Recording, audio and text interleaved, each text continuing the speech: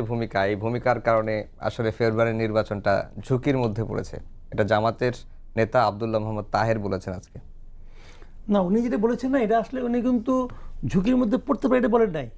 উনি আসলে বলতে চেয়েছেন আমরা আপনাদেরকে ঝুঁকির মধ্যে ফেলতে পারি। আচ্ছা, আপনি শুনতে ভুল শুনেন তো ভাই। ওনারা যে কথাবার্তা বলেন এগুলো আধ্যাত্মিক কথা। আচ্ছা, উনি এটা বলতে চেয়েছেন আমরা মানে জামাতের তো ঈদের আনন্দ, যে চান্স একটা পাইছি বিএনপিকে বেকায়দা ফেলানোর জন্য। এবং এটা যেটা করতেছেন এটা কিন্তু আসলে খুব ফেয়ার কোনো গেম না। সমস্যাটা গেম বলি আপনাকে, দেশের অ্যাবাভ 90% লোক আসলে জানেই না যে বিএনপির আপত্তিটা কোথায়। এটা জানাটা কিন্তু কঠিন। বিএনপি আসলে কেন আপত্তিটা করছে এটা বোঝারও কঠিন। জামাত এই চান্সটা নিচ্ছে। আমরা বলবো যে বিএনপি সাইন করে আসছে, এখন যে বলে না ক্যাবিনেট সিগনেচার করছেন, এখন